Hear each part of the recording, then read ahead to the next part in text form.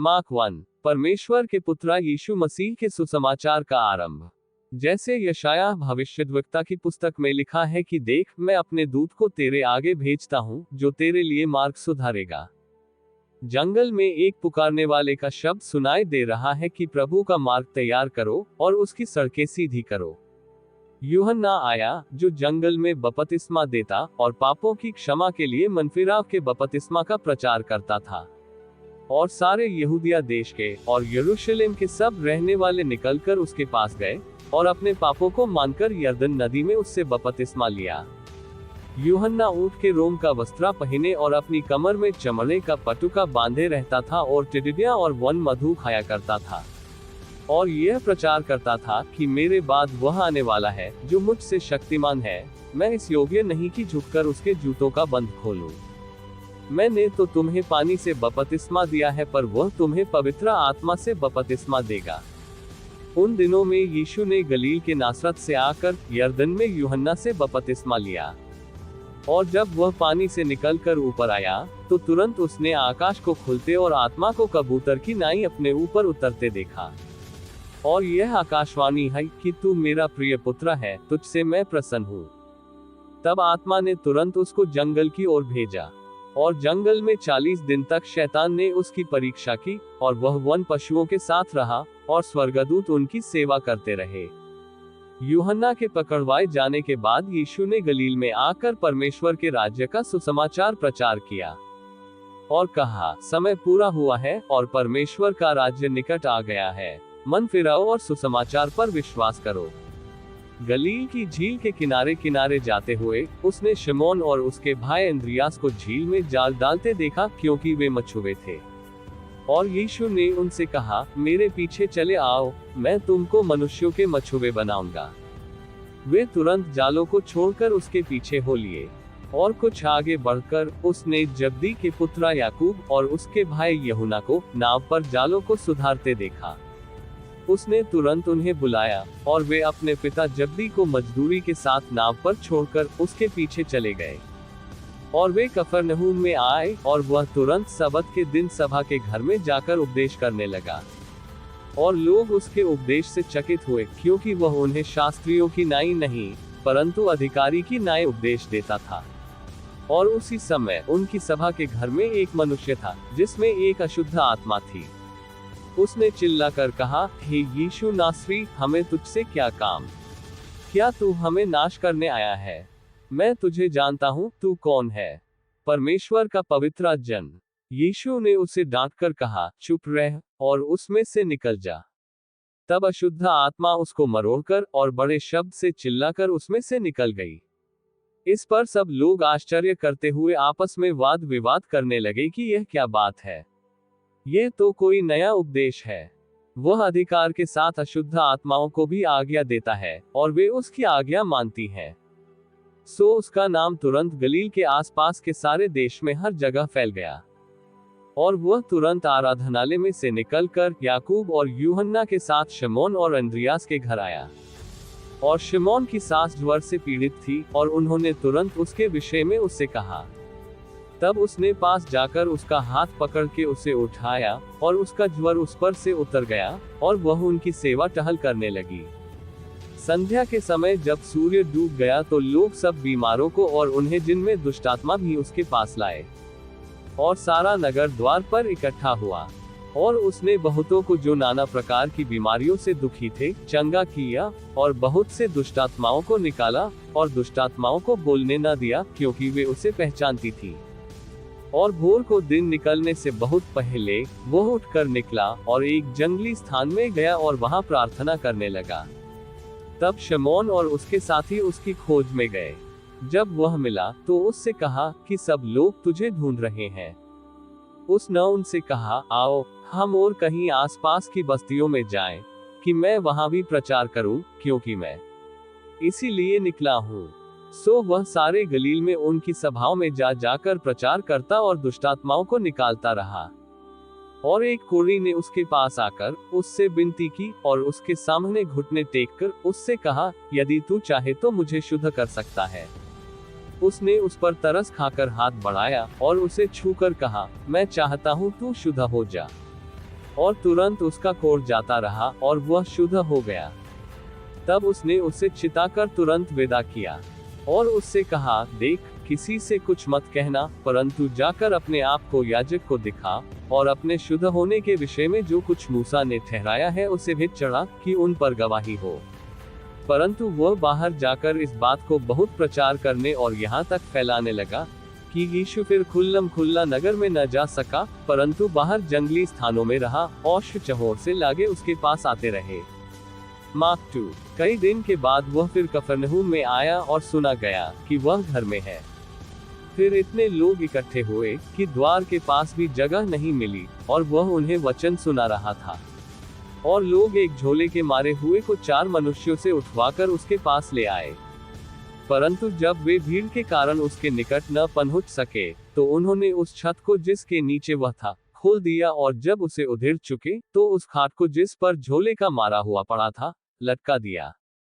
यीशु ने उनका विश्वास देखकर उस झोले के मारे हुए से कहा, हे पुत्रा, तेरे पाप क्षमा हुए। तब कई एक शास्त्री जो वहां बैठे थे अपने अपने मन में विचार करने लगे कि यह मनुष्य क्यों ऐसा कहता है। ये तो परमेश्वर की निंदा करता है। परमेश्वर को छोड़ और कौन पाप क्षमा कर सकता है। यीशु ने तुरंत अपनी आत्मा में जान लिया कि वे अपने अपने मन में ऐसा विचार कर रहे हैं, और उनसे कहा, तुम अपने अपने मन में यह विचार क्यों कर रहे हो? सहज क्या है? क्या झोले के मारे से यह कहता कि तेरे पाप क्षमा हुए, या ये कहना कि उठ, अपनी खाट उठाकर चल फिर?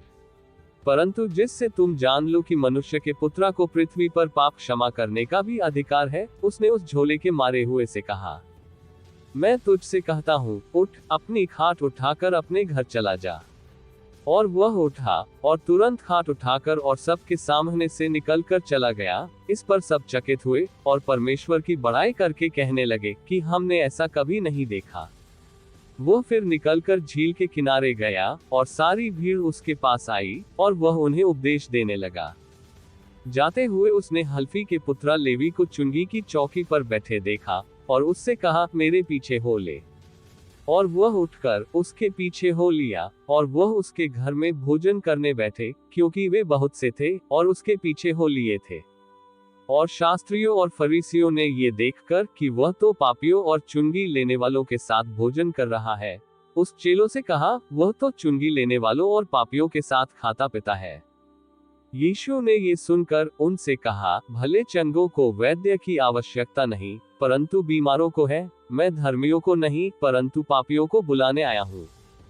यूहन्ना के चेले और फरीसी उपवास करते थे, सो उन्होंने आकर उससे यह कहा कि यूहन्ना के चेले और फरीसियों के चेले क्यों उपवास रखते हैं, परंतु तेरे चेले उपवास नहीं रखते। यीशु ने उनसे कहा, जब तक दूल्हा बारातियों के साथ रहता है क्या वे उपवास कर सकते हैं?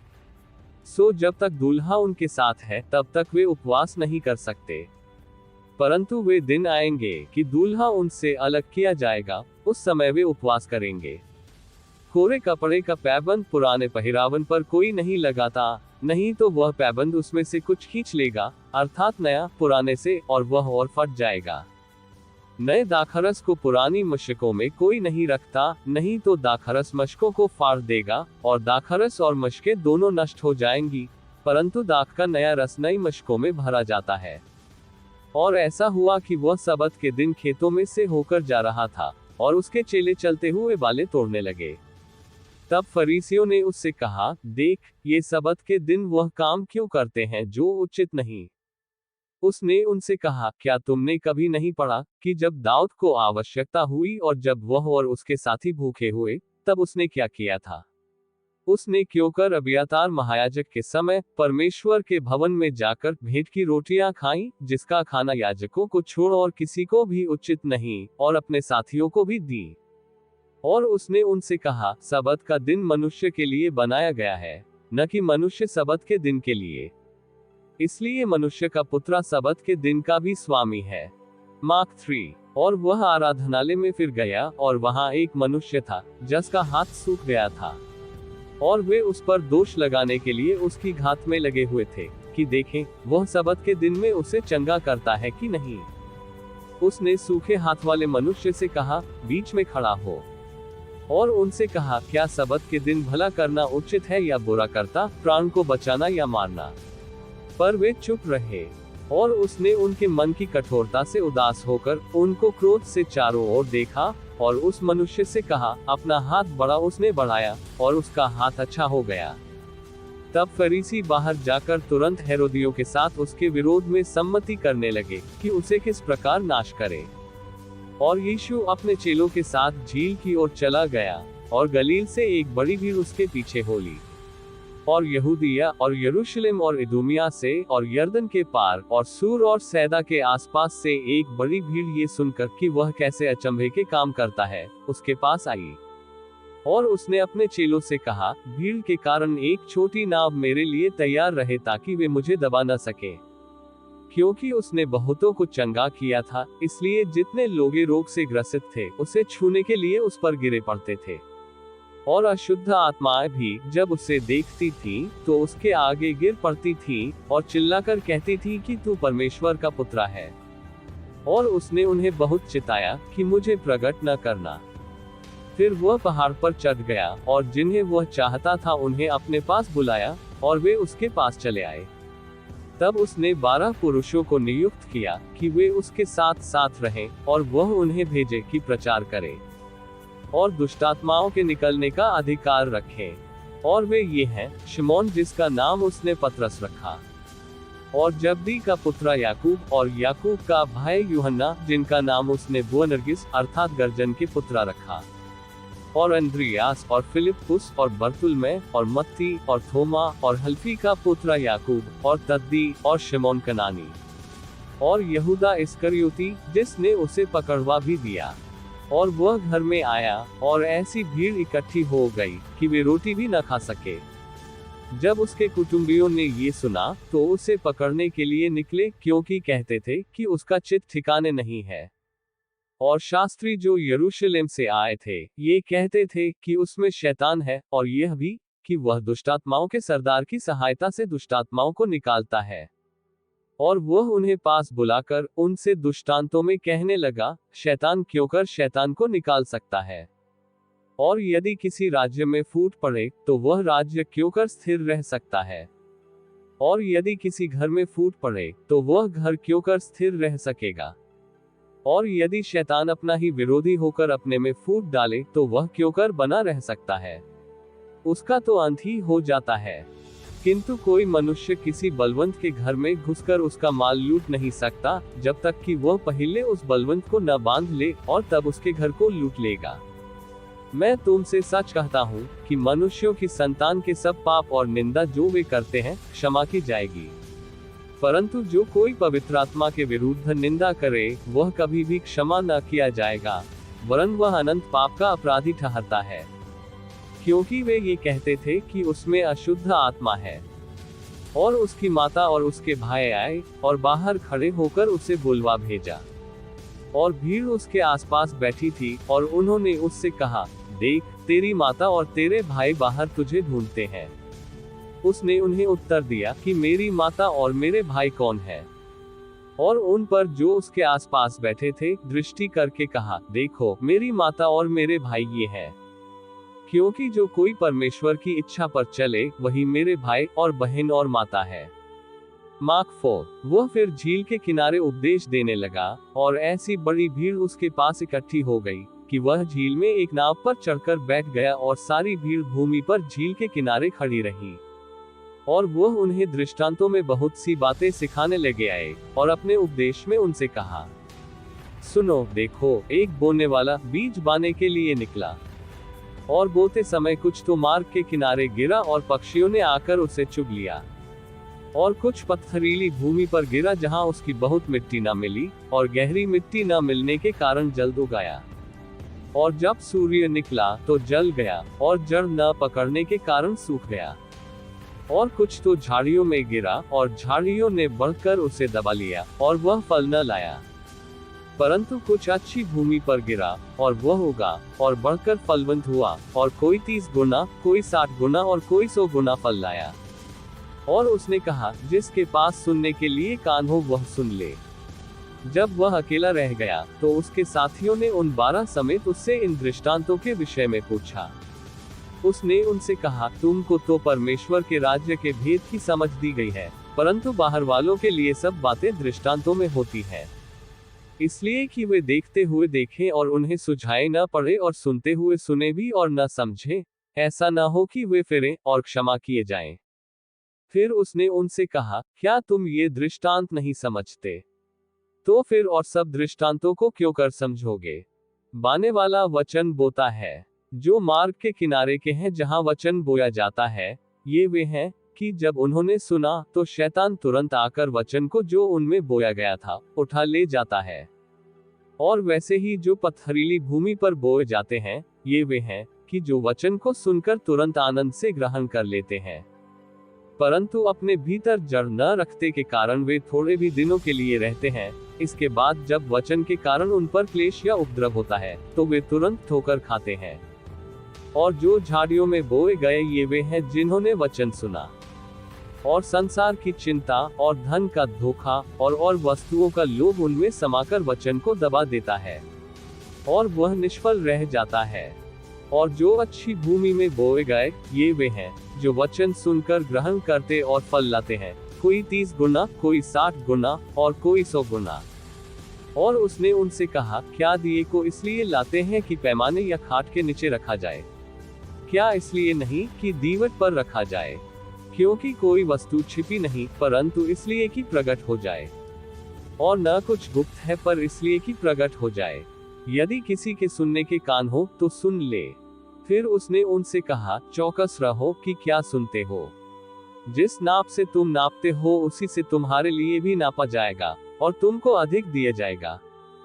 क्योंकि जिसके पास है उसको दिया जाएगा, परंतु जिसके पास नहीं है उससे वह भी जो उसके पास है ले लिया जाएगा।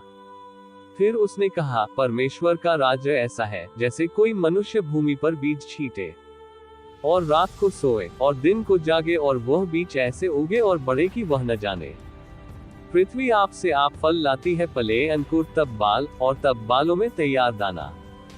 परंतु जब दाना पक जाता है तब वह तुरंत हंसिया लगाता है, क्योंकि कटनी आ पहुंची है।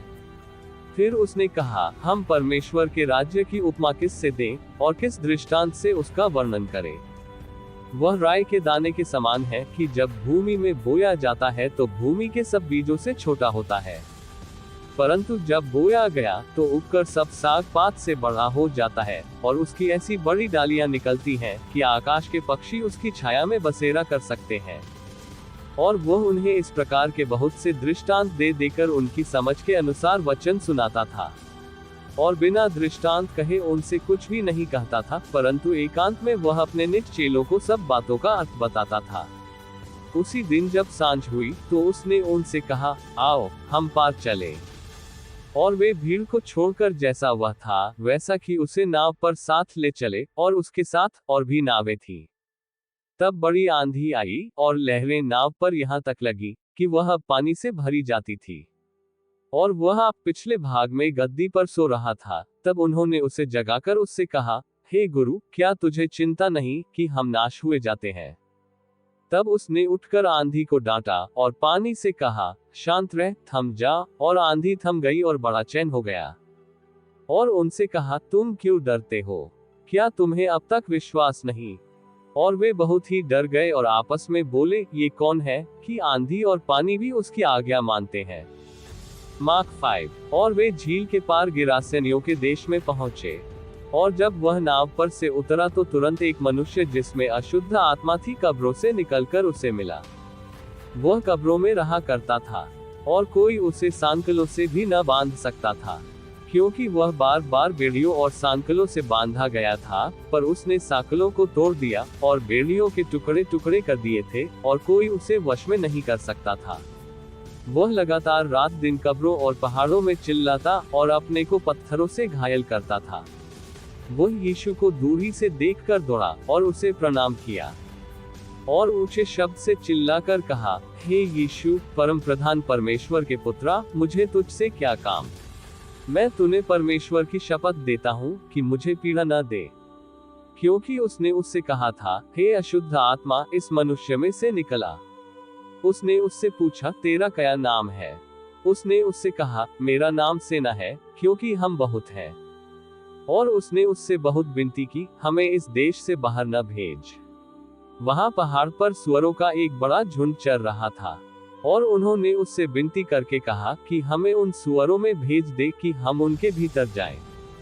सो उसने उन्हें आज्ञा दी और अशुद्ध आत्मा निकलकर सुअरों के भीतर बैठ गई और झुंड, जो कोई 2000 का था, कड़ाड़े पर से झपटकर झील में जा पड़ा और डूब मरा।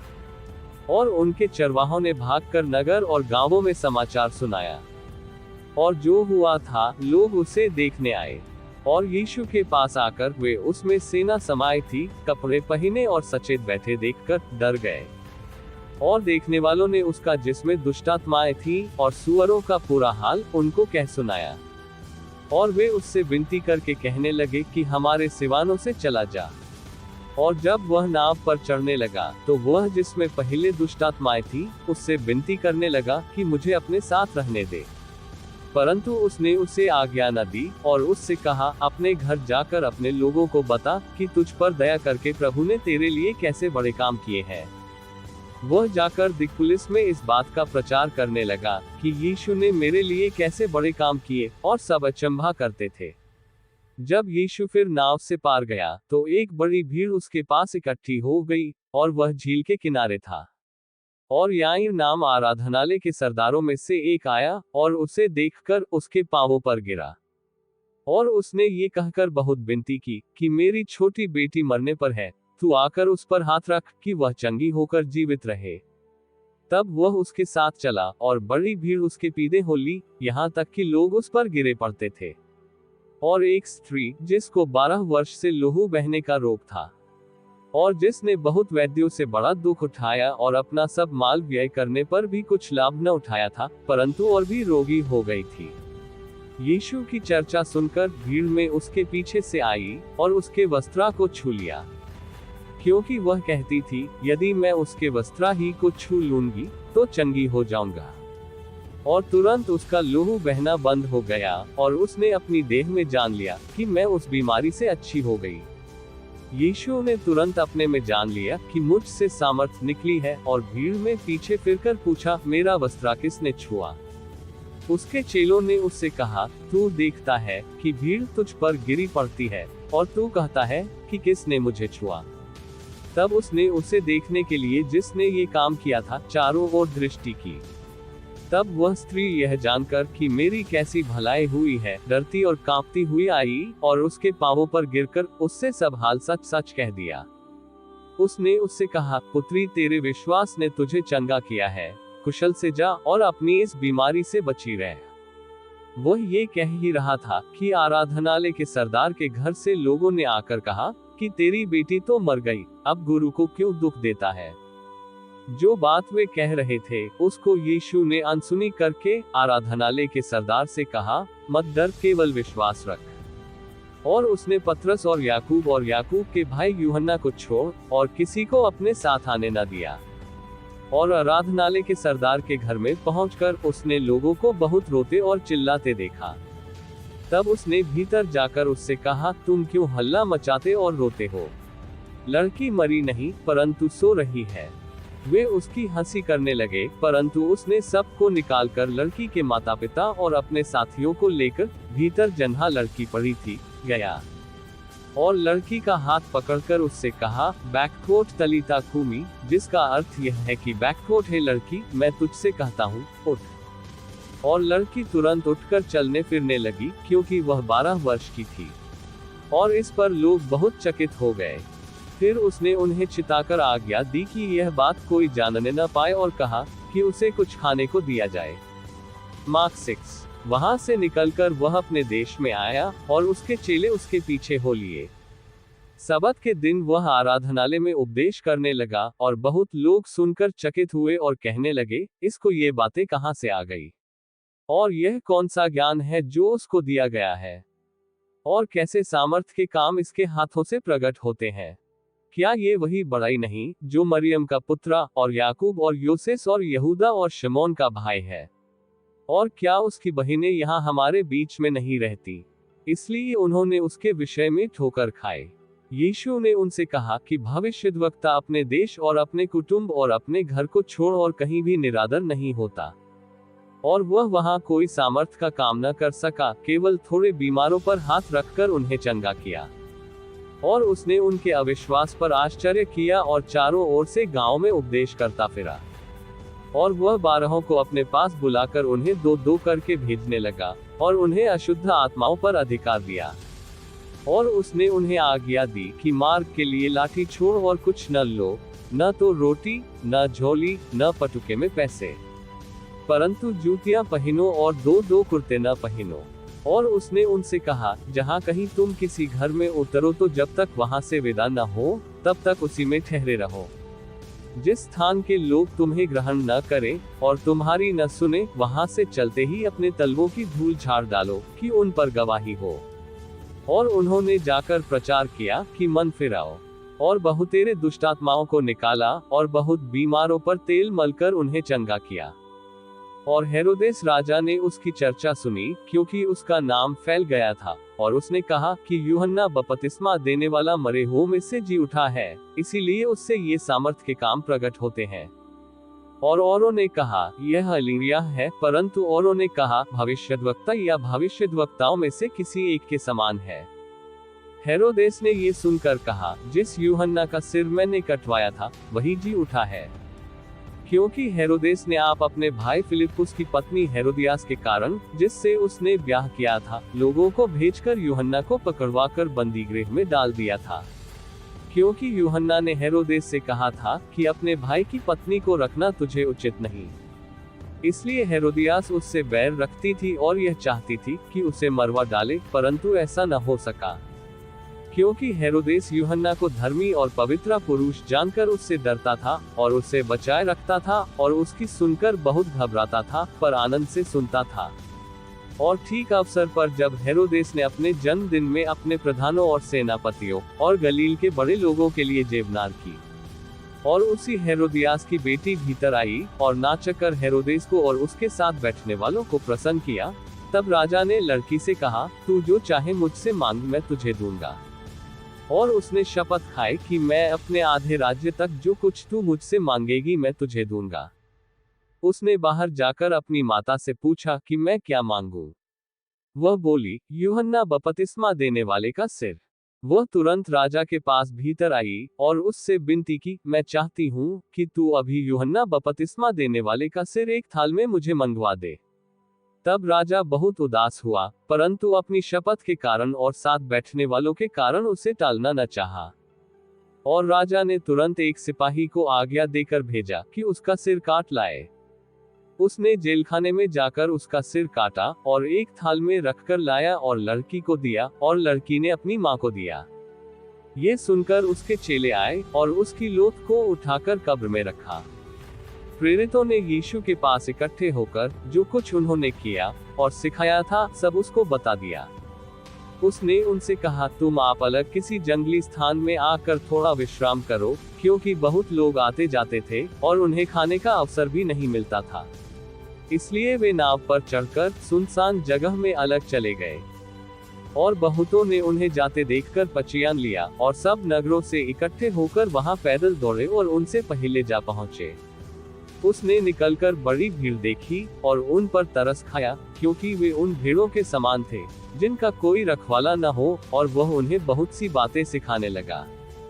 जब दिन बहुत ढल गया तो उसके चेले उसके पास आकर कहने लगे, ये सुनसान जगह है और दिन बहुत ढल गया है।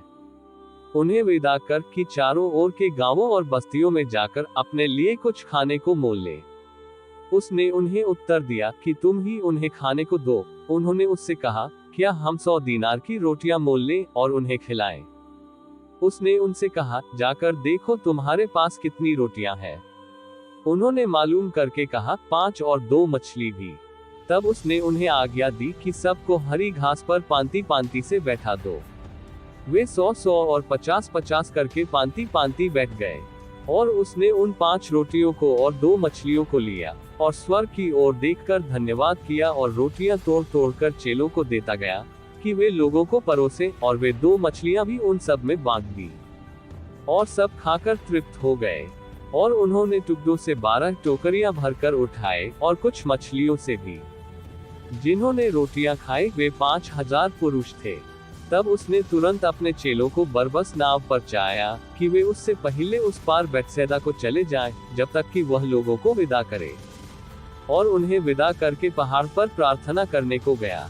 और जब सांझ हुई तो नाव झील के बीच में थी और वह अकेला भूमि पर था। और जब उसने देखा कि वे खेते खेते घबरा गए हैं, क्योंकि हवा उनके विरुद्ध थी, तो रात के चौथे पहर के निकट वह झील पर चलते हुए उनके पास आया और उनसे आगे निकल जाना चाहता था। परंतु उन्होंने उसे झील पर चलते देखकर समझा कि भूत है और चिल्ला उठे, क्योंकि सब उसे देखकर घबरा गए थे। पर उसने तुरंत उनसे बातें की और कहा, ढाढ़स बांधो, मैं हूं, डरो मत। तब वह उनके पास नाव पर आया और हवा थम गई। वे बहुत ही आश्चर्य करने लगे, क्योंकि वे उन रोटियों के विषय में न समझे थे, परंतु उनके मन कठोर हो गए थे। और वे पार उतरकर गन्नेसरत में पहुंचे और नाव घाव पर लगाई। और जब वे नाव पर से उतरे तो लोग तुरंत उसको पहचान कर आसपास के सारे देश में दौड़े और बीमारों को खाटों पर डालकर जहां जहां समाचार पाया कि वह है, वहां वहां लिए फिरे। और जहां कहीं वह गांवों, नगरों या बस्तियों में जाता था, तो लोग बीमारों को बाजारों में रखकर उससे विनती करते थे कि वह उन्हें अपने वस्त्रा के आंचल ही हो छू लेने दे, और जितने उसे छूते थे सब चंगे हो जाते थे। मार्क 7। तब फरीसी और कई एक शास्त्री जो यरूशलेम से आए थे उसके पास इकट्ठे हुए, और उन्होंने उसके कई चेलों को अशुद्ध अर्थात बिना हाथ धोए रोटी खाते देखा। क्योंकि फरीसी और सब यहूदी पुरानियों की रीति पर चलते हैं, और जब तक भली भांति हाथ नहीं धो लेते तब तक नहीं खाते। और बाजार से आकर जब तक स्नान नहीं कर लेते तब तक नहीं खाते। और बहुत सी और बातें हैं जो उनके पास मानने के लिए पहुंचाई गई हैं, जैसे कटोरों और लोटों और तांबे के बर्तनों को धोना मनाजना। इसलिए उन फरीसियों और शास्त्रियों ने उससे पूछा कि तेरे चेले क्यों पुरानियों की रीतों पर नहीं चलते और बिना हाथ धोए रोटी खाते हैं। उसने उनसे कहा कि यशायाह ने तुम कपटियों के विषय में बहुत ठीक भविष्यद्वाणी की, जैसा लिखा है कि ये लोग होठों से तो मेरा आदर करते हैं, पर उनका मन मुझसे दूर रहता है। और ये व्यर्थ मेरी उपासना करते हैं, क्योंकि मनुष्यों की आज्ञाओं को धर्मोपदेश करके सिखाते हैं। क्योंकि तुम परमेश्वर की आज्ञा को टालकर मनुष्यों की रीतियों को मानते हो। और उसने उनसे कहा, तुम अपनी रीतियों को मानने के लिए परमेश्वर आज्ञा कैसी अच्छी तरह टाल देते हो। क्योंकि मूसा ने कहा है कि अपने पिता और अपनी माता का आदर कर, और जो कोई पिता व माता को बुरा कहे वह अवश्य मार डाला जाए। परंतु तुम कहते हो कि यदि कोई अपने पिता व माता से कहे कि जो कुछ तुझे मुझसे लाभ पहुंच सकता था वह कुर्बान अर्थात संकल्प हो चुका, तो तुम उसको उसके पिता व उसकी माता की कुछ सेवा करने नहीं देते। इस प्रकार तुम अपनी रीतियों से, जिन्हें तुमने ठहराया है, परमेश्वर का वचन टाल देते हो और ऐसे ऐसे बहुत से काम करते हो। और उसने लोगों को अपने पास बुलाकर उनसे कहा, तुम सब मेरी सुनो और समझो। ऐसी तो कोई वस्तु नहीं जो मनुष्य को बाहर से समाकर अशुद्ध करे, परंतु जो वस्तुएं मनुष्य के भीतर से निकलती हैं, वे ही उसे अशुद्ध करती हैं। यदि किसी के सुनने के कान हो तो सुन ले। जब वह भीड़ के पास से घर में गया तो उसके चेलों ने इस दृष्टांत के विषय में उससे पूछा। उसने उनसे कहा, क्या तुम भी ऐसे नासमझ हो? क्या तुम नहीं समझते कि जो वस्तु बाहर से मनुष्य के भीतर जाती है वह उसे अशुद्ध नहीं कर सकती, क्योंकि वह उसके मन में नहीं परंतु पेट में जाती है और संडास में निकल जाती है। ये कहकर उसने सब भोजन वस्तुओं को शुद्ध ठहराया। फिर उसने कहा, जो मनुष्य में से निकलता है वही मनुष्य को अशुद्ध करता है, क्योंकि भीतर से अर्थात मनुष्य में मन से बुरी बुरी चिंता, व्यभिचार, चोरी, हत्या, परस्त्रीगमन, लोभ, दुष्टता, छल, लुचपन, कुदृष्टि, निंदा, अभिमान और मूर्खता निकलती है। ये सब बुरी बातें भीतर ही से निकलती हैं और मनुष्य को अशुद्ध करती हैं। फिर वह वहां से उठकर सूर और सैदा के देशों में आया और एक घर में गया और चाहता था कि कोई न जाने, परंतु वह छिप न सका। और तुरंत एक स्त्री जिसकी छोटी बेटी में अशुद्ध आत्मा थी उसकी चर्चा सुनकर आई और उसके पांवों पर गिरी। ये यूनानी और सुरूफिनी की जाति की थी, और उसने उससे विनती की कि मेरी बेटी में से दुष्टात्मा निकाल दे। उसने उससे कहा, पहले लड़कों को तृप्त होने दे, क्योंकि लड़कों को रोटी लेकर कुत्तों के आगे डालना उचित नहीं है। उसने उसको उत्तर दिया कि सच है प्रभु, तो भी कुत्ते भी तो मेज के नीचे बालकों की रोटी का चूर चार खा लेते हैं। उसने उससे कहा, इस बात के कारण चली जा, दुष्टात्मा तेरी बेटी में से निकल गई है। और उसने अपने घर आकर देखा कि लड़की खाट पर पड़ी है, और दुष्टात्मा निकल गई है। फिर वह सूर और सैदा के देशों से निकलकर दिकपुलिस देश से होता हुआ गलील की झील पर पहुंचा। और लोगों ने एक बहिरे को जो हकला भी था, उसके पास लाकर उससे विनती की कि अपना हाथ उस पर रखे। तब वह उसको भीड़ से अलग ले गया, और अपनी उंगलियां उसके कानों में डाली, और थूककर उसकी जीभ को छुआ। और स्वर्ग की ओर देखकर आह भरी, और उससे कहा, इफ्फितह, अर्थात खुल जा। और उसके कान खुल गए, और उसकी जीभ की गांठ भी खुल गई, और वह साफ साफ बोलने लगा। तब उसने उन्हें चिताया कि किसी से न कहना, परंतु जितना उसने उन्हें चिताया उतना ही वे और प्रचार करने लगे। और वे बहुत ही आश्चर्य में होकर कहने लगे, उसने जो कुछ किया सब अच्छा किया है। वह बहिरों को सुनने की और गूंगों को बोलने की शक्ति देता है। मार्क 8। उन दिनों में जब फिर बड़ी भीड़ इकट्ठी हुई और उनके पास कुछ खाने को न था, तो उसने अपने चेलों को पास बुलाकर उनसे कहा, मुझे इस भीड़ पर तरस आता है, क्योंकि यह 3 दिन से बराबर मेरे साथ हैं, और उनके पास कुछ भी खाने को नहीं। यदि मैं उन्हें भूखा घर भेज दूं, तो मार्ग में थक कर रह जाएंगे, क्योंकि इनमें से कोई कोई दूर से आए हैं। उसके चेलों ने उसको उत्तर दिया कि यहाँ जंगल में इतनी रोटी कोई कहाँ से लाए कि ये तृप्त हो। उसने उनसे पूछा, तुम्हारे पास कितनी रोटियां हैं? उन्होंने कहा, 7। तब उसने लोगों को भूमि पर बैठने की आज्ञा दी, और वे 7 रोटियां ली, और धन्यवाद करके तोड़ी, और अपने चेलों को देता गया कि उनके आगे रखें, और उन्होंने लोगों के आगे परोस दिया। उनके पास थोड़ी सी छोटी मछलियों भी थी, और उसने धन्यवाद करके उन्हें भी लोगों के आगे रखने की आज्ञा दी। सो वे खाकर तृप्त हो गए, और शेष टुकड़ों के 7 टोकरे भरकर उठाए। और लोग 4000 के लगभग थे, और उसने उनको विदा किया।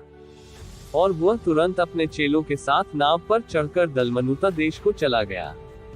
फिर फरीसी निकलकर उससे वाद विवाद करने लगे, और उसे जांचने के लिए उससे कोई स्वर्गीय चिन्ह मांगा।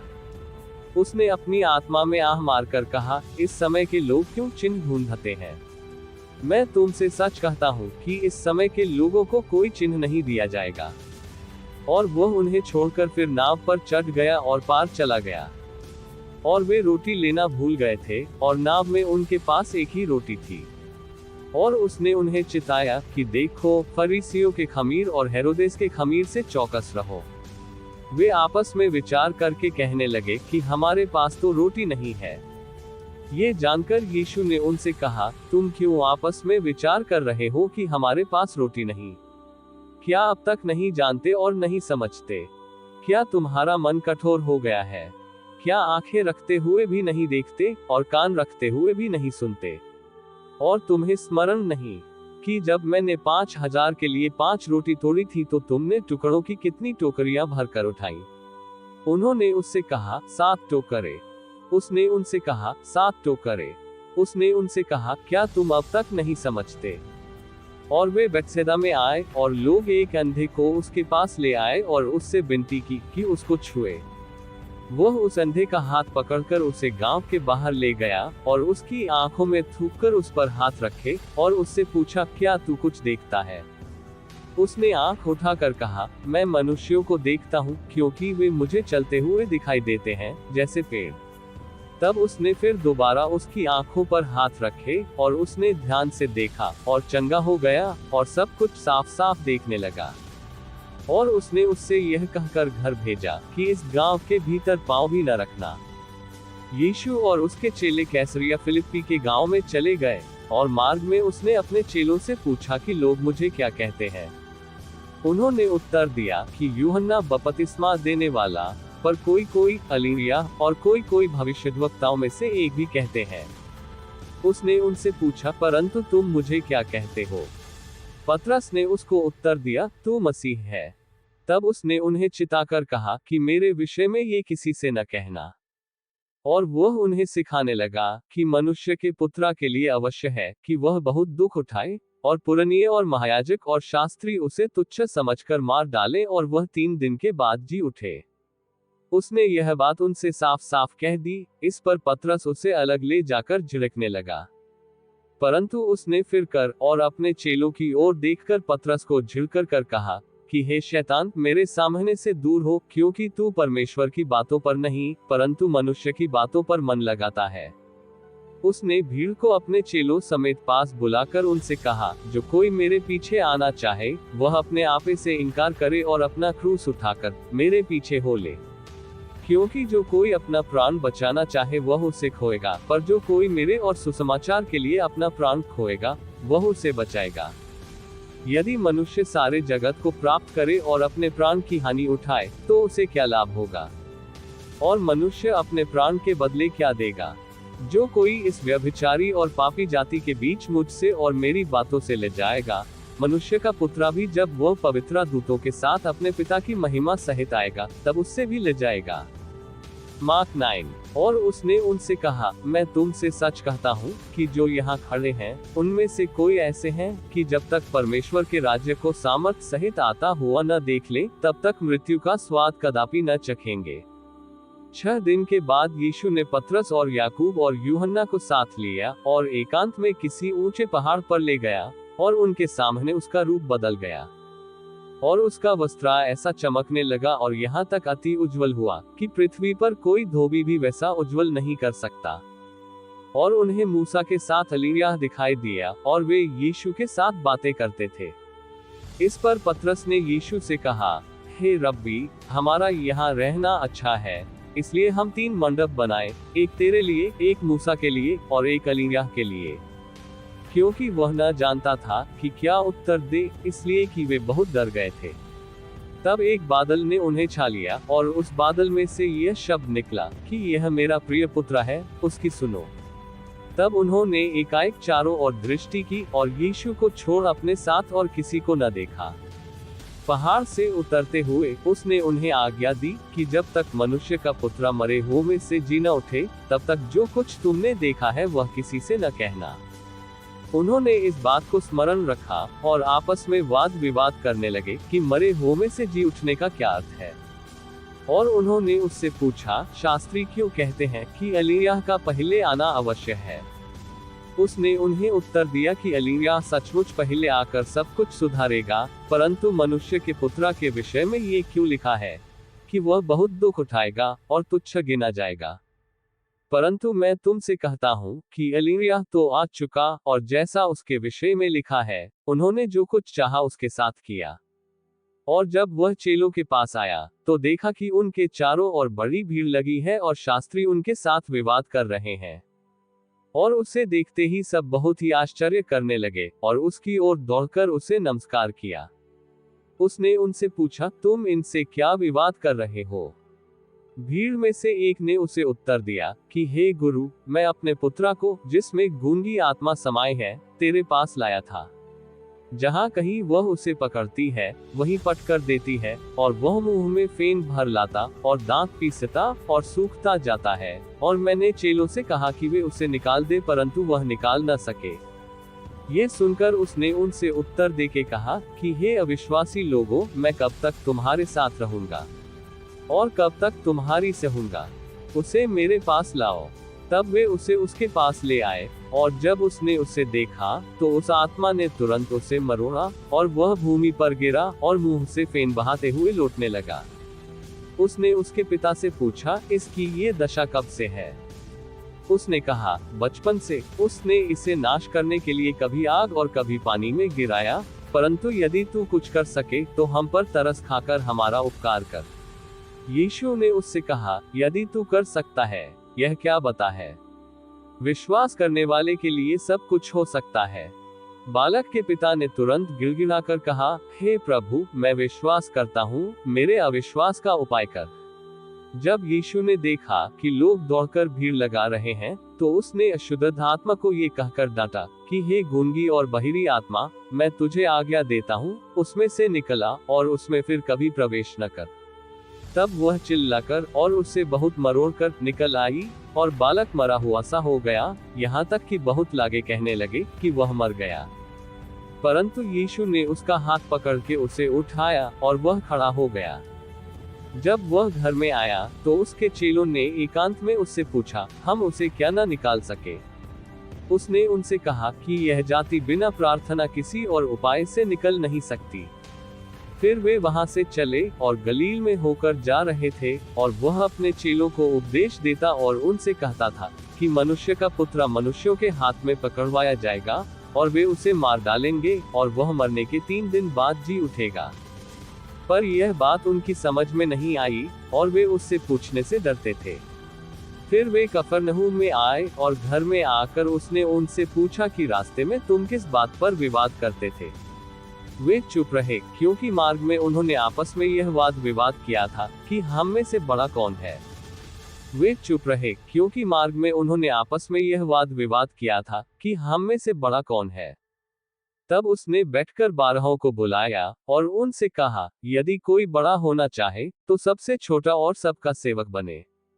और उसने एक बालक को लेकर उनके बीच में खड़ा किया, और उसके गोद में लेकर उनसे कहा, जो कोई मेरे नाम से ऐसे बालकों में से किसी एक को भी ग्रहण करता है, वह मुझे ग्रहण करता है, और जो कोई मुझे ग्रहण करता, वह मुझे नहीं वरन मेरे भेजने वाले को ग्रहण करता है।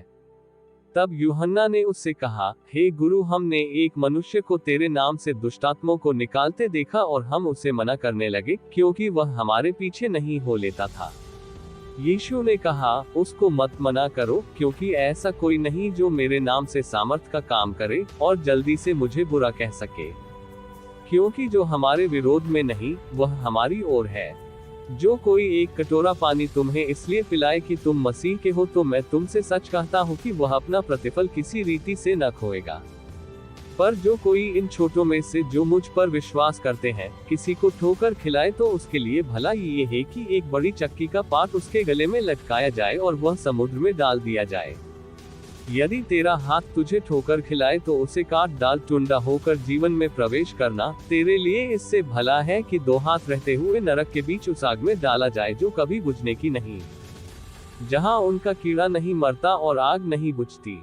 और यदि तेरा पांव तुझे ठोकर खिलाए तो उसे काट डाल। लंगड़ा होकर जीवन में प्रवेश करना तेरे लिए इससे भला है कि 2 पांव रहते हुए नरक में डाला जाए। और यदि तेरी आंख तुझे ठोकर खिलाए तो उसे निकाल डाल। काना होकर परमेश्वर के राज्य में प्रवेश करना तेरे लिए इससे भला है कि 2 आंख रहते हुए तू नरक में डाला जाए, जहां उनका कीड़ा नहीं मरता और आग नहीं बुझती। क्योंकि हर एक जन आग से नमकीन किया जाएगा। नमक अच्छा है, पर यदि नमक की नमकीनी जाती रहे तो उसे किससे स्वादित करोगे? अपने में नमक रखो और आपस में मेल मिलाप से रहो। मार्क 10। फिर वह वहां से उठकर यहूदिया के सिवानों में और यरदन के पार आया, और भीड़ उसके पास फिर इकट्ठी हो गई, और वह अपनी रीति के अनुसार उन्हें फिर उपदेश देने लगा। तब फरीसियों ने उसके पास आकर उसकी परीक्षा करने को उससे पूछा, क्या यह उचित है कि पुरुष अपनी पत्नी को त्यागे? उसने उनको उत्तर दिया कि मूसा ने तुम्हें क्या आज्ञा दी है? उन्होंने कहा, मूसा ने त्याग पत्र लिखने और त्यागने की आज्ञा दी है। यीशु ने उनसे कहा कि तुम्हारे मन की कठोरता के कारण उसने तुम्हारे लिए यह आज्ञा लिखी। पर सृष्टि के आरंभ से परमेश्वर ने नर और नारी करके उनको बनाया है। इस कारण मनुष्य अपने माता पिता से अलग होकर अपनी पत्नी के साथ रहेगा, और वे दोनों एक तन होंगे। इसलिए वे अब 2 नहीं पर एक तन है। इसलिए जिसे परमेश्वर ने जोड़ा है उसे मनुष्य अलग न करे। और घर में चेलों ने इसके विषय में उससे फिर पूछा। उसने उनसे कहा, जो कोई अपनी पत्नी को त्याग कर दूसरी से ब्याह करे तो वह उस पहली के विरोध में व्यभिचार करता है। और यदि पत्नी अपने पति को छोड़कर दूसरे से ब्याह करे तो वह व्यभिचार करता है। फिर लोग बालकों को उसके पास लाने लगे कि वह उन पर हाथ रखे, पर चेलों ने उनको डांटा। यीशु ने ये देख क्रुद्ध होकर उनसे कहा, बालकों को मेरे पास आने दो और उन्हें मना न करो, क्योंकि परमेश्वर का राज्य ऐसो ही का है। मैं तुमसे सच कहता हूँ कि जो कोई परमेश्वर के राज्य को बालक की न्याय ग्रहण न करे, वह उसमें कभी प्रवेश करने न पाएगा। और उसने उन्हें गोद में लिया और उन पर हाथ रखकर उन्हें आशीष दी। और जब वह निकलकर मार्ग में जाता था, तो एक मनुष्य उसके पास दौड़ता हुआ आया और उसके आगे घुटने टेककर उससे पूछा, हे उत्तम गुरु, अनंत जीवन का अधिकारी होने के लिए मैं क्या करूं? यीशु ने उससे कहा, तू मुझे उत्तम क्यों कहता है? कोई उत्तम नहीं, केवल एक, अर्थात परमेश्वर। तू आज्ञाओं को तो जानता है, हत्या न करना, व्यभिचार न करना, चोरी न करना, झूठी गवाही न देना, छल न करना, अपने पिता और अपनी माता का आदर करना। उसने उससे कहा, हे गुरु, इन सब को मैं लड़कपन से मानता आया हूँ। यीशु ने उस पर दृष्टि करके उससे प्रेम किया और उससे कहा, तुझ में एक बात की घटी है, जा, जो कुछ तेरा है उसे बेचकर कंगालों को दे, और तुझे स्वर्ग में धन मिलेगा, और आकर मेरे पीछे हो ले। इस बात से उसके चेहरे पर उदासी छा गई और वह शोक करता हुआ चला गया, क्योंकि वह बहुत धनी था। यीशु ने चारों ओर देखकर अपने चेलों से कहा, धनवानों को परमेश्वर के राज्य में प्रवेश करना कैसा कठिन है। यीशु ने चारों ओर देखकर अपने चेलों से कहा, धनवानों को परमेश्वर के राज्य में प्रवेश करना कैसा कठिन है। चेले उसकी बातों से अचंभित हुए। इस पर यीशु ने फिर उनको उत्तर दिया, हे बालकों, जो धन पर भरोसा रखते हैं, उनके लिए परमेश्वर के राज्य में प्रवेश करना कैसा कठिन है। वे बहुत ही चकित होकर आपस में कहने लगे, तो फिर किसका उद्धार हो सकता है? यीशु ने उनकी ओर देखकर कहा, मनुष्यों से तो यह नहीं हो सकता, परंतु परमेश्वर से हो सकता है, क्योंकि परमेश्वर से सब कुछ हो सकता है। पतरस उससे कहने लगा कि देख, हम तो सब कुछ छोड़कर तेरे पीछे हो लिए हैं। यीशु ने कहा, मैं तुमसे सच कहता हूँ कि ऐसा कोई नहीं जिसने मेरे और सुसमाचार के लिए घर या भाइयों या बहनों या माता या पिता या लड़के बालों या खेतों को छोड़ दिया हो, और अब इस समय 100 गुना न पाए, घरों और भाइयों और बहनों और माताओं और लड़के बालों और खेतों को, पर उपद्रव के साथ और परलोक में अनंत जीवन। पर बहुतेरे जो पहले हैं पिछले होंगे, और जो पिछले हैं वे पहले होंगे। और वे यरूशलेम को जाते हुए मार्ग में थे, और यीशु उनके आगे आगे जा रहा था, और वे अचंभा करने लगे, और जो उसके पीछे पीछे चलते थे डरने लगे। तब वह फिर उन 12 को लेकर उनसे वे बातें कहने लगा जो उस पर आने वाली थी, कि देखो, हम यरूशलेम को जाते हैं, और मनुष्य का पुत्र महायाजकों और शास्त्रियों के हाथ पकड़वाया जाएगा, और वे उसको घात के योग्य ठहराएंगे, और अन्य जातियों के हाथ में सौंपेंगे, और वे उसको ठट्ठों में उड़ाएंगे, और उस पर थूकेंगे, और उसे कोड़े मारेंगे, और उसे घात करेंगे, और 3 दिन के बाद वह जी उठेगा। तब जब्दी के पुत्र याकूब और यूहन्ना ने उसके पास आकर कहा, हे गुरु, हम चाहते हैं कि जो कुछ हम तुझसे मांगे वही तू हमारे लिए करे। उसने उनसे कहा, तुम क्या चाहते हो कि मैं तुम्हारे लिए करूं? उन्होंने उससे कहा कि हमें ये दे कि तेरी महिमा में हम में से एक तेरे दाहिने और दूसरा तेरे बाएं बैठे। यीशु ने उनसे कहा, तुम नहीं जानते कि क्या मांगते हो। जो कटोरा मैं पीने पर हूँ क्या पी सकते हो, और जो बपतिस्मा मैं लेने पर हूँ क्या ले सकते हो? उन्होंने उससे कहा, हमसे हो सकता है। यीशु ने उनसे कहा, जो कटोरा मैं पीने पर हूँ तुम पियोगे, और जो बपतिस्मा मैं लेने पर हूँ उसे लोगे। पर जिनके लिए तैयार किया गया है उन्हें छोड़ और किसी को अपने दाहिने और अपने बाएं बिठाना मेरा काम नहीं। ये सुनकर 10 याकूब और यूहन्ना पर रिसियाने लगे। और यीशु ने उनको पास बुलाकर उनसे कहा, तुम जानते हो कि जो अन्य जातियों के हाकिम समझे जाते हैं वे उन पर प्रभुता करते हैं, और उनमें जो बड़े हैं उन पर अधिकार जताते हैं। पर तुम में ऐसा नहीं है, वरन जो कोई तुम में बड़ा होना चाहे वह तुम्हारा सेवक बने, और जो कोई तुम में प्रधान होना चाहे वह सबका दास बने। क्योंकि मनुष्य का पुत्र इसलिए नहीं आया कि उसकी सेवा हल की जाए, पर इसलिए आया कि आप सेवा टहल करे, और बहुतों की छुड़ौती के लिए अपना प्राण दे। और वे यरीहो में आए, और जब वह और उसके चेले और एक बड़ी भीड़ यरीहो से निकलती थी, तो तिमाई का पुत्र बरतिमाई एक अंधा भिखारी सड़क के किनारे बैठा था। वह ये सुनकर कि यीशु नासरी है, पुकार पुकार कर कहने लगा कि हे दाऊद की संतान, यीशु मुझ पर दया कर। बहुतों ने उसे डांटा कि चुप रहे, पर वह और भी पुकारने लगा कि हे दाऊद की संतान, मुझ पर दया कर। तब यीशु ने ठहर कर कहा, उसे बुलाओ, और लोगों ने उस अंधे को बुलाकर उससे कहा, ढाढ़स बांध, उठ, वह तुझे बुलाता है। वह अपना कपड़ा फेंककर शीघ्र उठा और यीशु के पास आया। इस पर यीशु ने उससे कहा, तू क्या चाहता है कि मैं तेरे लिए करूं? अंधे ने उससे कहा, हे रब्बी, ये कि मैं देखने लगूं। यीशु ने उससे कहा, चला जा, तेरे विश्वास ने तुझे चंगा कर दिया है। और वह तुरंत देखने लगा और मार्ग में उसके पीछे हो लिया। मार्क 11। जब वे यरूशलेम के निकट जैतून पहाड़ पर बैतफगे और बैतनिय्याह के पास आए, तो उसने अपने चेलों में से 2 को ये कहकर भेजा कि अपने सामने के गांव में जाओ, और उसमें पहुंचते ही एक गदही का बच्चा जिस पर कभी कोई नहीं चढ़ा, बंधा हुआ तुम्हें मिलेगा, उसे खोल लाओ।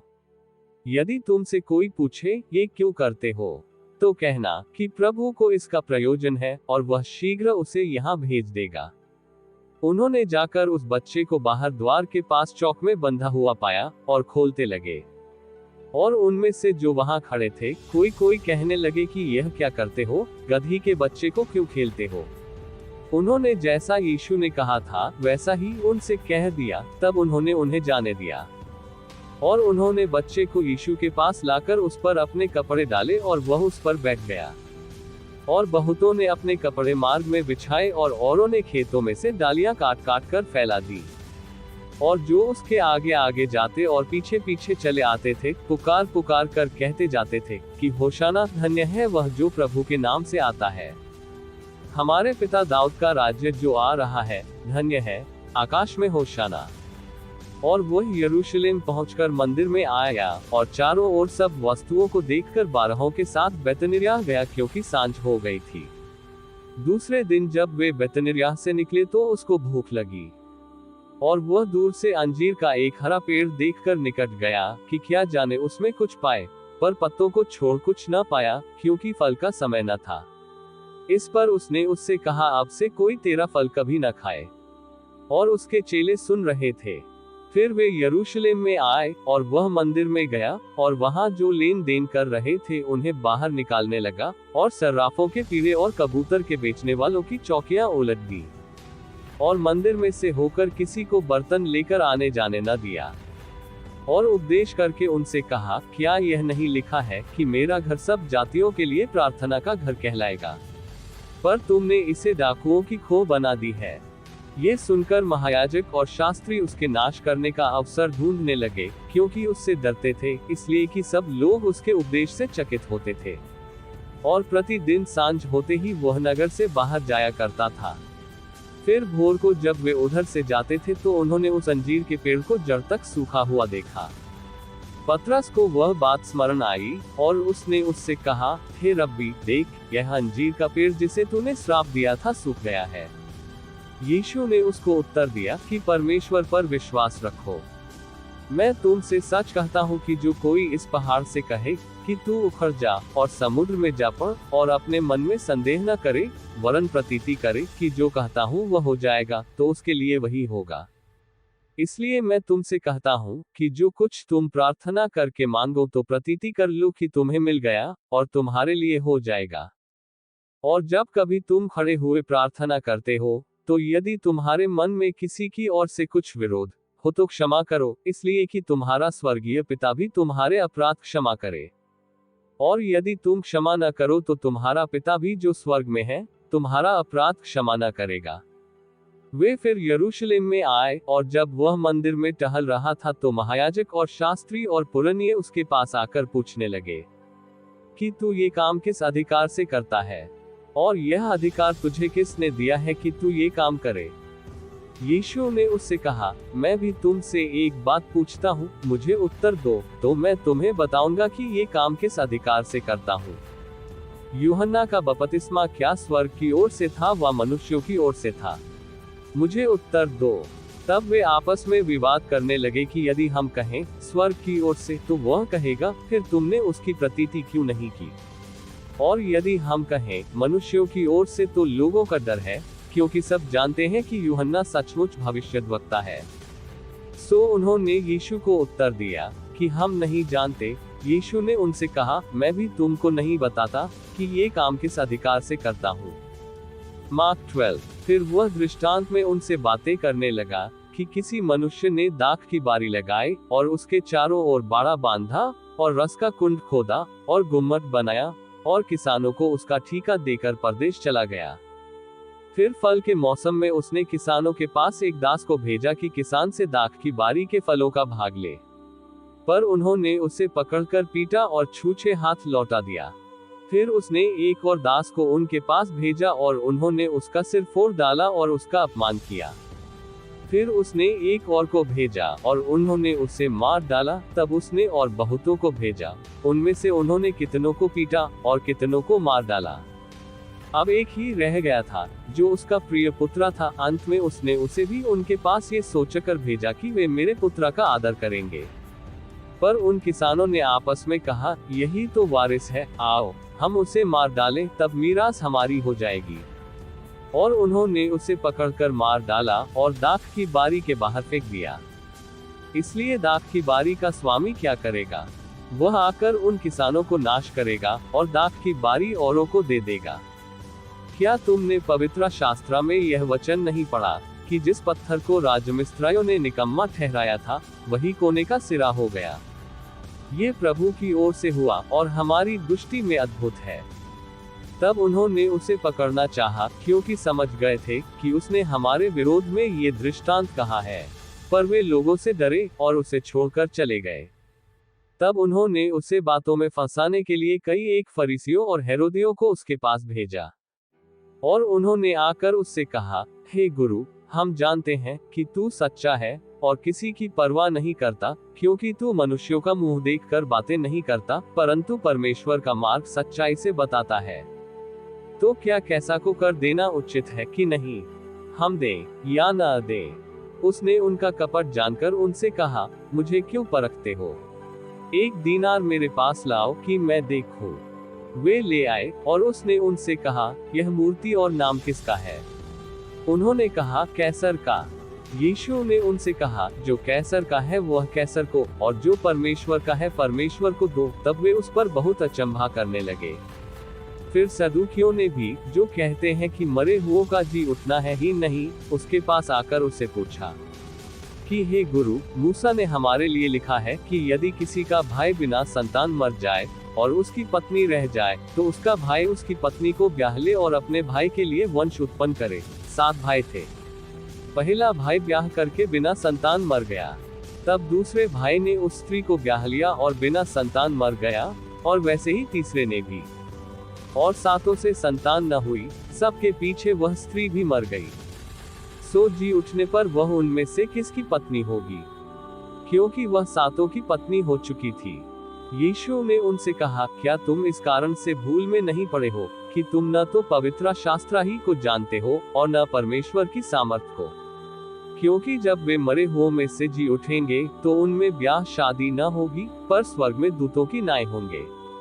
मरे हुओं के जी उठने के विषय में क्या तुमने मूसा की पुस्तक में झाड़ी की कथा में नहीं पढ़ा कि परमेश्वर ने उससे कहा, मैं इब्राहिम का परमेश्वर और इसहाक का परमेश्वर और याकूब का परमेश्वर हूँ।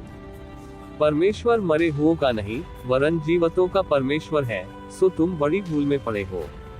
और शास्त्रियों में से एक ने आकर उन्हें विवाद करते सुना, और यह जानकर कि उसने उन्हें अच्छी रीति से उत्तर दिया, उससे पूछा, सबसे मुख्य आज्ञा कौन सी है? यीशु ने उसे उत्तर दिया, सब आज्ञाओं में से यह मुख्य है, हे इस्राएल सुन, प्रभु हमारा परमेश्वर एक ही प्रभु है। और तू प्रभु अपने परमेश्वर से अपने सारे मन से और अपने सारे प्राण से और अपनी सारी बुद्धि से और अपनी सारी शक्ति से प्रेम रखना। और दूसरी यह है कि तू अपने पड़ोसी से अपने समान प्रेम रखना। इससे बड़ी और कोई आज्ञा नहीं। शास्त्री ने उससे कहा, हे गुरु, बहुत ठीक, तूने सच कहा कि वह एक ही है और उसे छोड़ और कोई नहीं। और उससे सारे मन और सारी बुद्धि और सारे प्राण और सारी शक्ति के साथ प्रेम रखना और पड़ोसी से अपने समान प्रेम रखना सारे होमों और बलिदानों से बढ़कर है। जब यीशु ने देखा कि उसने समझ से उत्तर दिया, तो उससे कहा, तू परमेश्वर के राज्य से दूर नहीं, और किसी को फिर उससे कुछ पूछने का साहस न हुआ। फिर यीशु ने मंदिर में उपदेश करते हुए ये कहा कि शास्त्री क्यों कर कहते हैं कि मसीह दाऊद का पुत्र है।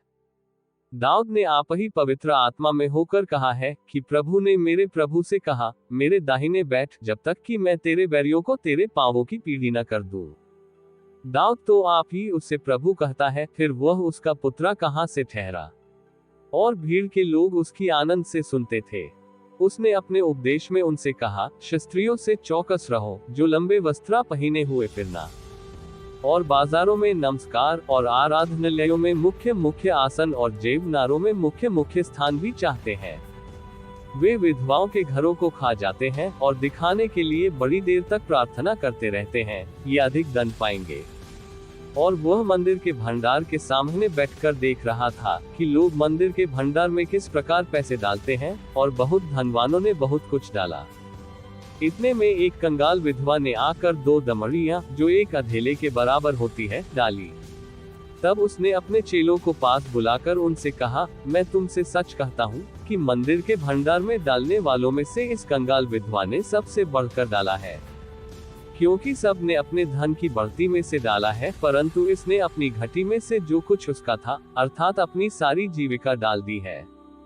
मार्क 13। जब वह मंदिर से निकल रहा था तो उसके चेलों में से एक ने उससे कहा, हे गुरु, देख कैसे कैसे पत्थर और कैसे कैसे भवन है।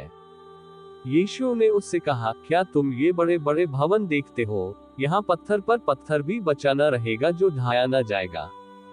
जब वह जैतून के पहाड़ पर मंदिर के सामने बैठा था तो पतरस और याकूब और यूहन्ना और अंद्रियास ने अलग जाकर उससे पूछा कि हमें बता कि ये बातें कब होंगी, और जब ये सब बातें पूरी होने पर होंगी उस समय का क्या चिन्ह होगा।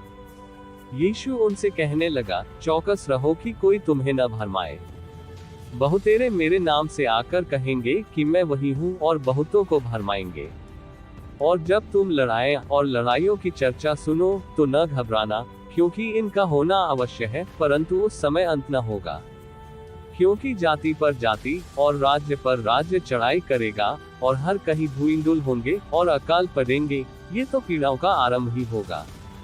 परंतु तुम अपने विषय में चौकस रहो, क्योंकि लोग तुम्हें महासभाओं में सौंपेंगे और तुम पंचायतों में पीटे जाओगे, और मेरे कारण हाकिमों और राजाओं के आगे खड़े किए जाओगे, ताकि उनके लिए गवाही हो।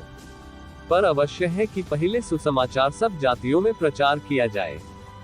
जब वे तुम्हें ले जाकर सौंपेंगे तो पहले से चिंता न करना कि हम क्या कहेंगे, पर जो कुछ तुम्हें उसी घड़ी बताया जाए वही कहना, क्योंकि बोलने वाले तुम नहीं हो, परंतु पवित्र आत्मा है। और भाई को भाई और पिता को पुत्र घात के लिए सौंपेंगे, और लड़के वाले माता पिता के विरोध में उठकर उन्हें मरवा डालेंगे। और मेरे नाम के कारण सब लोग तुमसे बैर करेंगे, पर जो अंत तक धीरज धरे रहेगा उसी का उद्धार होगा। सो जब तुम उस उजाड़ने वाली घृणित वस्तु को जहां उचित नहीं वहां खड़ी देखो, पढ़ने वाला समझ ले, तब जो यहूदिया में हो वे पहाड़ों पर भाग जाएं। सो कोठे पर हो वह अपने घर से कुछ लेने को नीचे न उतरे और न भीतर जाए। और जो खेत में हो वह अपना कपड़ा लेने के लिए पीछे न लौटे। उन दिनों में जो गर्भवती और दूध पिलाती होंगी उनके लिए हाय हाय। और प्रार्थना किया करो कि यह जाड़े में न हो, क्योंकि वे दिन ऐसे क्लेश के होंगे कि सृष्टि के आरंभ से जो परमेश्वर ने सृजी है अब तक न तो हुए और न कभी फिर होंगे। और यदि प्रभु उन दिनों को न घटाता तो कोई प्राणी भी न बचता, परंतु उन चुने हुओं के कारण जिनको उसने चुना है उन दिनों को घटाया। उस समय यदि कोई तुमसे कहे, देखो मसीह यहाँ है, या देखो वहाँ है, तो प्रतीति न करना, क्योंकि झूठे मसीह और झूठे भविष्यद्वक्ता उठ खड़े होंगे और चिन्ह और अद्भुत काम दिखाएंगे कि यदि हो सके तो चुने हुओं को भी भरमा दे। पर तुम चौकस रहो, देखो मैंने तुम्हें सब बातें पहले ही से कह दी हैं। उन दिनों में उस क्लेश के बाद सूरज अंधेरा हो जाएगा और चांद प्रकाश न देगा, और आकाश से तारागण गिरने लगेंगे और आकाश की शक्तियां हिलाई जाएंगे। तब लोग मनुष्य के पुत्र को बड़ी सामर्थ और महिमा के साथ बादलों में आते देखेंगे। उस समय वह अपने दूतों को भेजकर पृथ्वी के इस छोर से आकाश की उस छोर तक चारों दिशा से अपने चुने हुए लोगों को इकट्ठे करेगा। अंजीर के पेड़ से ये दृष्टांत सीखो, जब उसकी डाली कोमल हो जाती और पत्ते निकलने लगते हैं, तो तुम जान लेते हो कि ग्रीष्मकाल निकट है। इसी रीति से जब तुम इन बातों को होते देखो तो जान लो कि वह निकट है, वरन द्वार ही पर है। मैं तुमसे सच कहता हूँ कि जब तक ये सब बातें न हो लेंगी, तब तक ये लोग जाते न रहेंगे। आकाश और पृथ्वी अल जाएंगे, परंतु मेरी बातें कभी न टलेंगी। उस दिन या उस घड़ी के विषय में कोई नहीं जानता, न स्वर्ग के दूत और न पुत्र, परंतु केवल पिता। देखो, जागते और प्रार्थना करते रहो, क्योंकि तुम नहीं जानते कि वह समय कब आएगा। यह उस मनुष्य की सी दशा है, जो परदेश जाते समय अपना घर छोड़ जाए और अपने दासों को अधिकार दे और हर एक को उसका काम जता दे और द्वारपाल को जागते रहने की आज्ञा दे। इसलिए जागते रहो, क्योंकि तुम नहीं जानते कि घर का स्वामी कब आएगा, सांझ को या आधी रात को, या मुर्ग के बांध देने के समय या भोर को। ऐसा न हो कि वह अचानक आकर तुम्हें सोते पाए। और जो मैं तुमसे कहता हूँ वही सबसे कहता हूँ, जागते रहो। मार्क 14। 2 दिन के बाद फसह और अख़मीरी रोटी का पर्व वह होने वाला था, और महायाजक और शास्त्री इस बात की खोज में थे कि उसे क्योंकर छल से पकड़कर मार डालें। परंतु कहते थे कि पर्व के दिन नहीं, कहीं ऐसा न हो कि लोगों में बलवा मचे।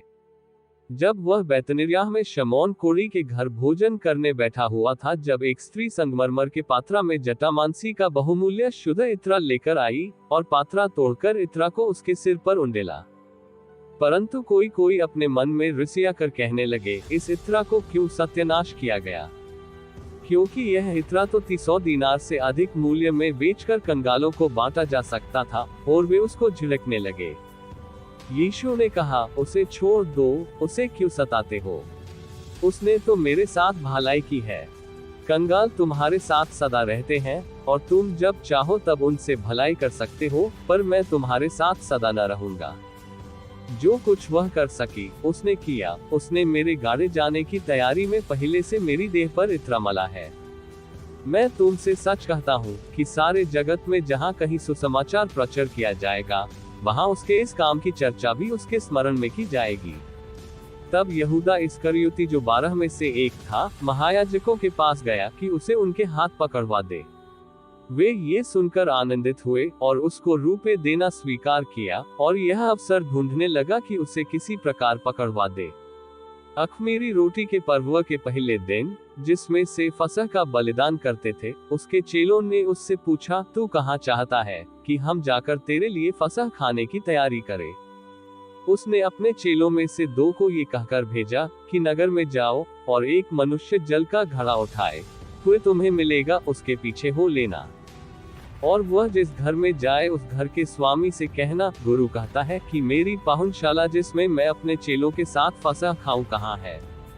वह तुम्हें एक सजी सजाई और तैयार की हुई बड़ी अटारी दिखा देगा, वहां हमारे लिए तैयारी करो। सो चेले निकलकर नगर में आए और जैसा उसने उनसे कहा था वैसा की पाया और फसह तैयार किया। जब सांझ हुई तो वह 12 के साथ आया, और जब वे बैठे भोजन कर रहे थे तो यीशु ने कहा, मैं तुमसे सच कहता हूँ कि तुम में से एक जो मेरे साथ भोजन कर रहा है, मुझे पकड़वाएगा। उन पर उदासी छा गई और वे एक एक करके उससे कहने लगे, क्या वह मैं हूँ? उसने उनसे कहा, वह 12 में से एक है जो मेरे साथ थाली में हाथ डालता है। क्योंकि मनुष्य का पुत्र तो, जैसा उसके विषय में लिखा है, जाता ही है, परंतु उस मनुष्य पर हाय जिसके द्वारा मनुष्य का पुत्र पकड़वाया जाता है। यदि उस मनुष्य का जन्म ही न होता तो उसके लिए भला होता। और जब वे खा ही रहे थे तो उसने रोटी ली और आशीष मांग कर तोड़ी और उन्हें दी और कहा, लो, यह मेरी देह है। फिर उसने कटोरा लेकर धन्यवाद किया और उन्हें दिया, और उन सब ने उसमें से पिया। और उसने उनसे कहा, ये वाचा का मेरा वह लोहू है जो बहुतों के लिए बहाया जाता है। मैं तुमसे सच कहता हूँ कि दाख का रस उस दिन तक फिर कभी न पीऊंगा, जब तक परमेश्वर के राज्य में नया न पीऊं। फिर वे भजन गाकर बाहर जैतून के पहाड़ पर गए। तब यीशु ने उनसे कहा, तुम सब ठोकर खाओगे, क्योंकि लिखा है कि मैं रखवाले को मारूंगा और भेड़ तितर बितर हो जाएंगी। परंतु मैं अपने जी उठने के बाद तुमसे पहले गलील को जाऊंगा। पतरस ने उससे कहा, यदि एक ठोकर खाएं तो खाएं, पर मैं ठोकर नहीं खाऊंगा।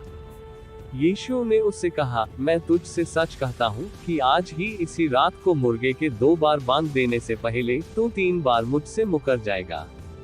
पर उसने और भी जोर देकर कहा, यदि मुझे तेरे साथ मरना भी पड़े तो भी तेरा इनकार कभी न करूंगा। इसी प्रकार और सब ने भी कहा। फिर वे गतसमने नाम एक जगह में आए, और उसने अपने चेलों से कहा, यहाँ बैठे रहो जब तक मैं प्रार्थना करूं। और वह पतरस और याकूब और यूहन्ना को अपने साथ ले गया, और बहुत ही अधीर और व्याकुल होने लगा।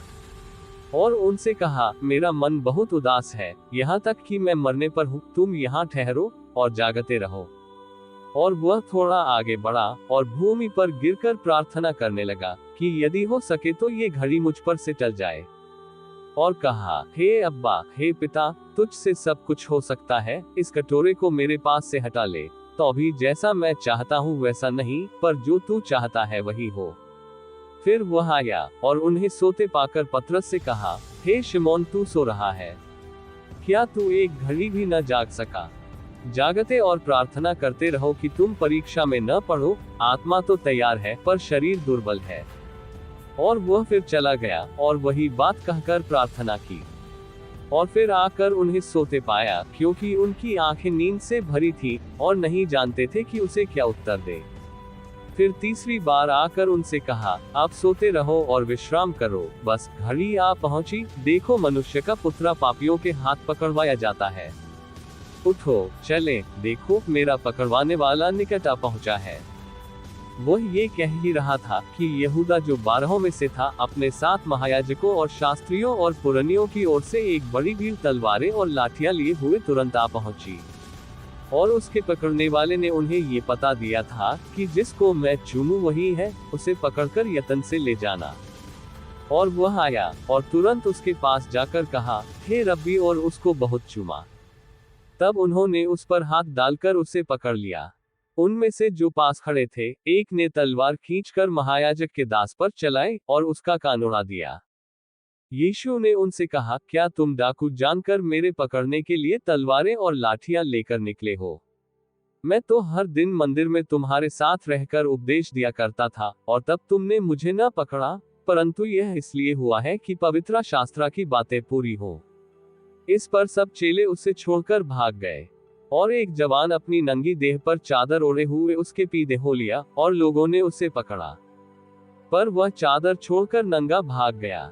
फिर वे यीशु को महायाजक के पास ले गए, और सब महायाजक और पुरनिये और शास्त्री उसके यहाँ इकट्ठे हो गए। पतरस दूर ही दूर से उसके पीछे पीछे महायाजक के आंगन के भीतर तक गया, और प्यादों के साथ बैठकर आग तापने लगा।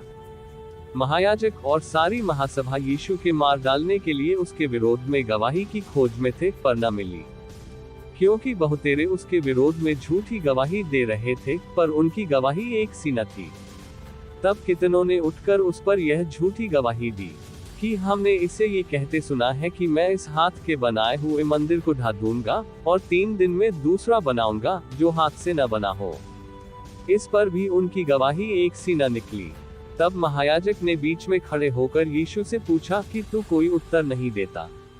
ये लोग तेरे विरोध में क्या गवाही देते हैं? परंतु वह मौन साधे रहा और कुछ उत्तर न दिया। महायाजक ने उससे फिर पूछा, क्या तू उस परम धन्य का पुत्र मसीह है?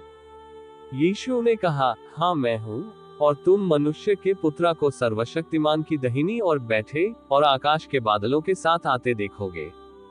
तब महायाजक ने अपने वस्त्र फाड़कर कहा, अब हमें गवाहों का क्या प्रयोजन है? तुमने ये निंदा सुनी, तुम्हारी क्या राय है? उन सब ने कहा, वह वध के योग्य है। तब कोई तो उस पर थूकने और कोई उसका मुंह ढांपने और उसे घूंसे मारने और उससे कहने लगे कि भविष्यवाणी कर, और प्यादों ने उसे लेकर थप्पड़ मारे। जब पतरस नीचे आंगन में था, तो महायाजक की लौंडियों में से एक वहां आई, और पतरस को आग तापते देखकर उस पर टकटकी लगाकर देखा और कहने लगी, तू भी तो उस नासरी यीशु के साथ था। वह मुकर गया और कहा कि मैं तो नहीं जानता और नहीं समझता कि तू क्या कह रही है। फिर वह बाहर डेवरी में गया और मुर्गे ने बांग दी। वह लौंडी उसे देखकर उनसे जो पास खड़े थे फिर कहने लगी कि उनमें से एक है। परंतु वह फिर मुकर गया और थोड़ी देर बाद उन्होंने जो पास खड़े थे फिर पतरस से कहा, निश्चय तू उनमें से एक है, क्योंकि तू गलीली भी है। तब वह धिक्कार देन और शपथ खाने लगा कि मैं उस मनुष्य को, जिसकी तुम चर्चा करते हो, नहीं जानता। तब तुरंत दूसरी बार मूर्ख ने बांध दी। पतरस को ये बात जो यीशु ने उससे कही थी स्मरण आई, कि मूर्ख के 2 बार बांध देने से पहले तू 3 बार मेरा इनकार करेगा। वह इस बात को सोचकर रोने लगा। मार्क 15। और भोर होते ही तुरंत महायाजकों, पुरनियों और शास्त्रियों ने वरन सारी महासभा ने सलाह करके यीशु को बंधवाया और उसे ले जाकर पिलातुस के हाथ सौंप दिया। और पिलातुस ने उससे पूछा, क्या तू यहूदियों का राजा है?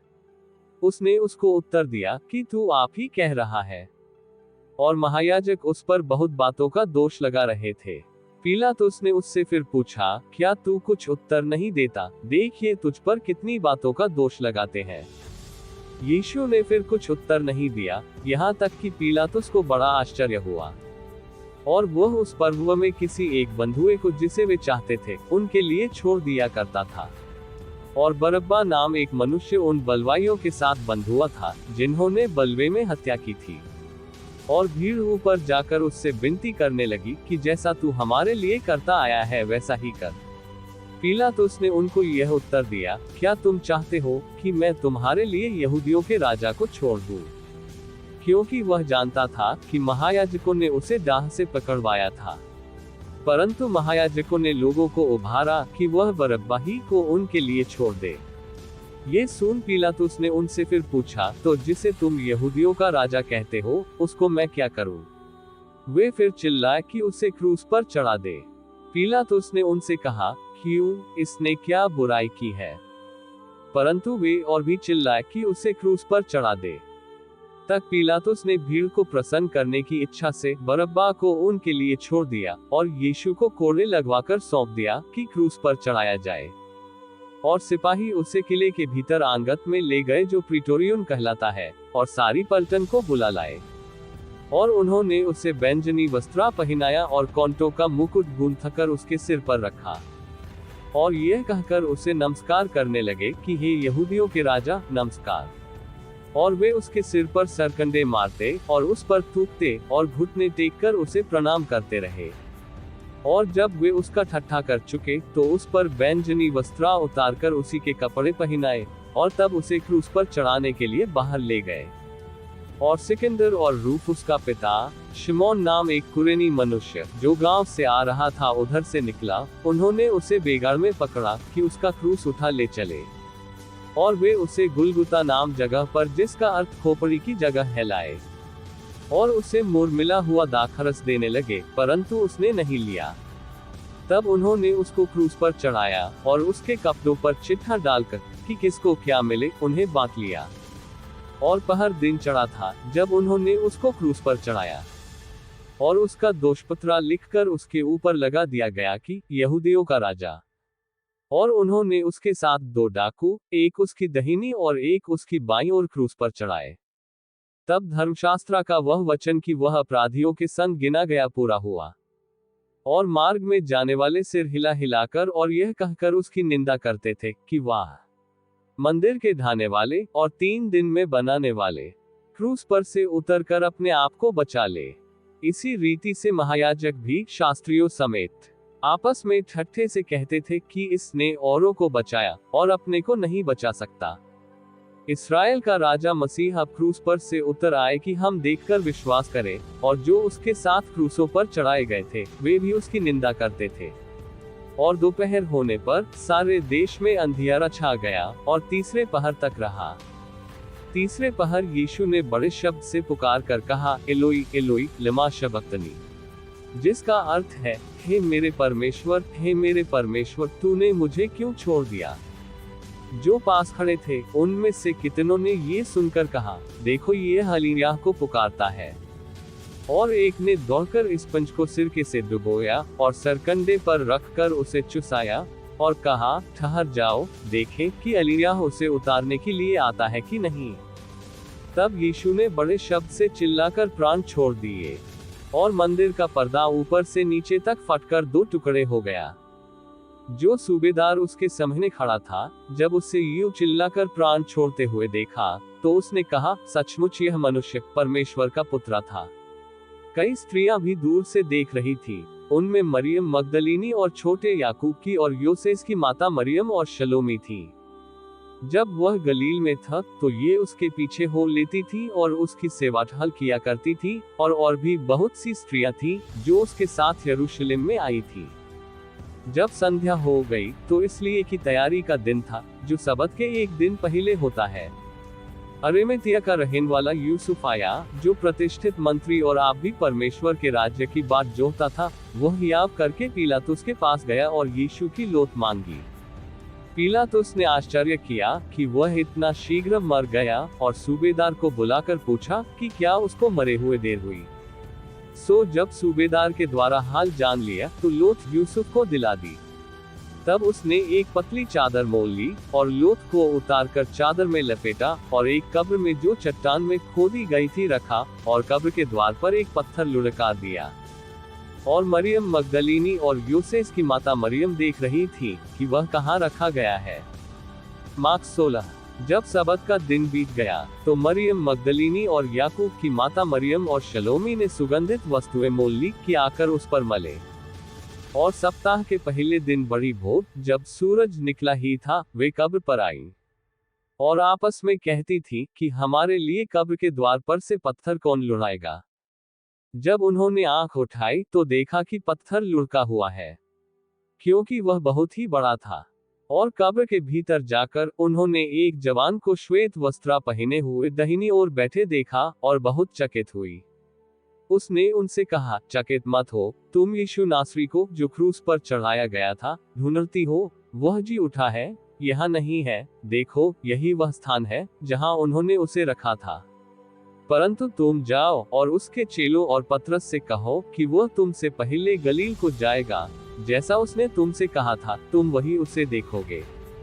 और वे निकलकर कब्र से भाग गईं, क्योंकि कपकपी और घबराहट उन पर छा गई थी, और उन्होंने किसी से कुछ न कहा, क्योंकि डरती थी। सप्ताह के पहले दिन भोर होते ही वह जी उठकर पहल मरियम मगदलीनी को, जिसमें से उसने 7 दुष्टात्माएं निकाली थी, दिखाई दिया। उसने जाकर उसके साथियों को, जो शोक में डूबे हुए थे और रो रहे थे, समाचार दिया। और उन्होंने ये सुनकर कि वह जीवित है और उसने उसे देखा है, प्रतीति न की।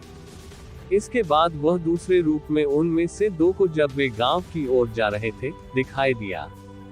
उन्होंने भी जाकर औरों को समाचार दिया, परंतु उन्होंने उनकी भी प्रतीति न की। बाद में, जब उसके 11 शिष्य भोजन कर रहे थे, वह उनके सामने प्रकट हुआ, और उसने उन्हें उनके अविश्वास और मन की जड़ता के लिए डांटा फटकारा, क्योंकि इन्होंने उनका विश्वास ही नहीं किया था, जिन्होंने जी उठने के बाद उसे देखा था। और उसने उनसे कहा, तुम सारे जगत में जाकर सारी सृष्टि के लोगों को सुसमाचार प्रचार करो। जो विश्वास करे और बपतिस्मा ले, उसी का उद्धार होगा, परंतु जो विश्वास नहीं करेगा, वह दोषी ठहराया जाएगा। और विश्वास करने वालों में ये चिन्ह होंगे कि वे मेरे नाम से दुष्टात्माओं को निकालेंगे, नई भाषा बोलेंगे, सांपों को उठा लेंगे, और यदि वे नाशक वस्तु भी पी जाएं, तो भी उनकी कुछ हानि न होगी। वे बीमारों पर हाथ रखेंगे और वे चंगे हो जाएंगे। निदान प्रभु यीशु उनसे बातें करने के बाद स्वर्ग पर उठा लिया गया और परमेश्वर की दाहिनी ओर बैठ गया। और उन्होंने निकलकर हर जगह प्रचार किया, और प्रभु उनके साथ काम करता रहा, और उन चिन्हों के द्वारा जो साथ साथ होते थे, वचन को दृढ़ करता रहा। आमीन।